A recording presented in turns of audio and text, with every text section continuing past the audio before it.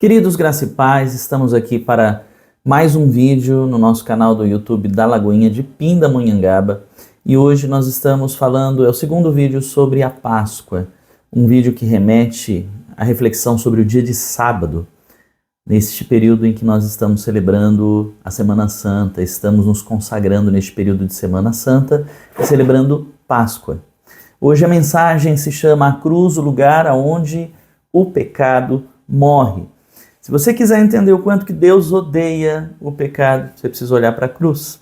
Se você quiser entender o quanto Deus ama você, você precisa olhar para a cruz. A cruz é, ao mesmo tempo, o maior símbolo de amor, mas também é o maior símbolo de dor.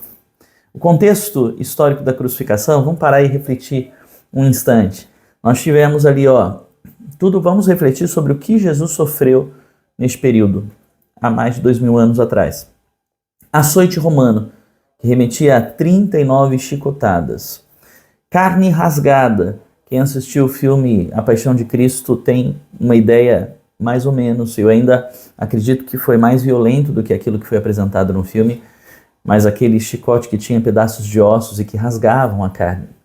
A coroa de espinhos, 70 espinhos havia na coroa e os espinhos tinham de 5 a 7 centímetros. Pregos nos pulsos, pregos nos pés, morte por asfixia.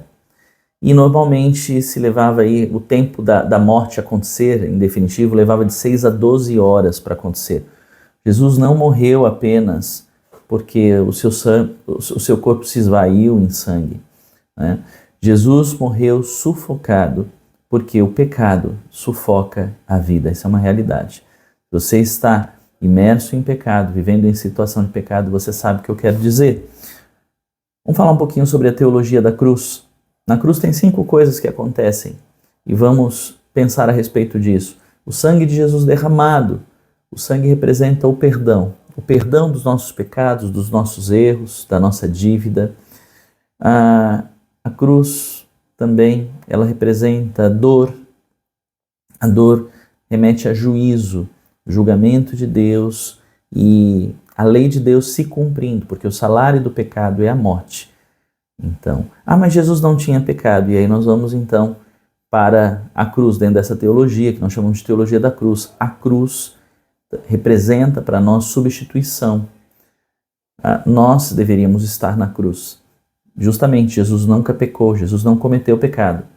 A Bíblia fala, o salário do pecado é a morte, quem errou fomos nós, mas nós não poderíamos pagar o preço dessa dívida sem deixarmos de existir para sempre, eternamente. Mas Jesus veio e pagou a dívida da morte por nós. Então a cruz remete à substituição. E a morte de Cristo na cruz, redenção. Para que houvesse a redenção, e nós vamos celebrar em domingo de Páscoa a ressurreição, precisa se passar pela morte. A morte nos permite sermos redimidos. E você lembra o que aconteceu quando Jesus morreu na cruz? Diz que o véu do templo se rasgou, e esse véu do templo se rasgando significa acesso a Deus. Antes nós precisávamos de um sacerdote, um sumo sacerdote, fazendo todo aquele ritual de sacrifício para nos conectar de alguma maneira com Deus. Mas agora não há intermediários, todos nós, através de Cristo, temos acesso ao Pai, temos acesso a Deus. O pecado, ele é caro. Custou o sangue de Jesus.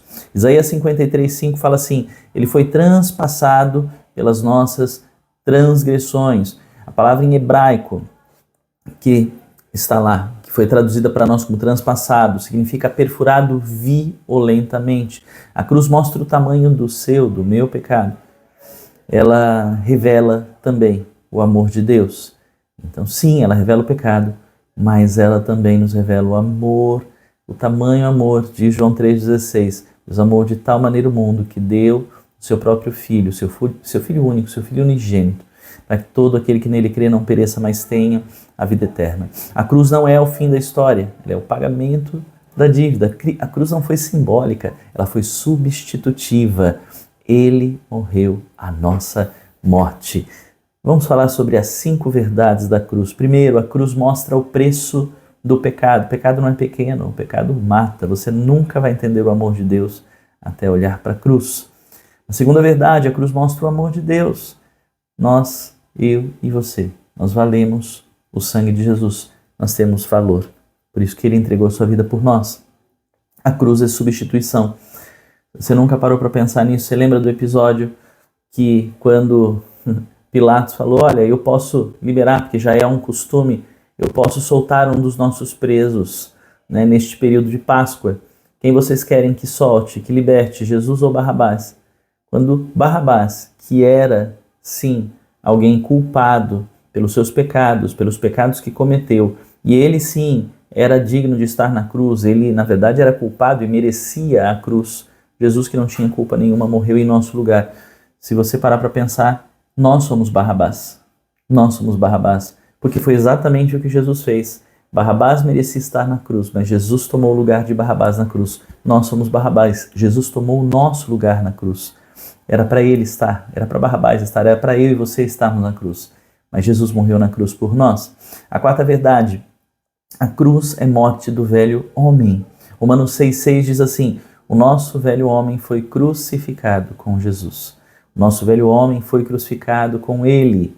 E a quinta verdade, a cruz não é o fim.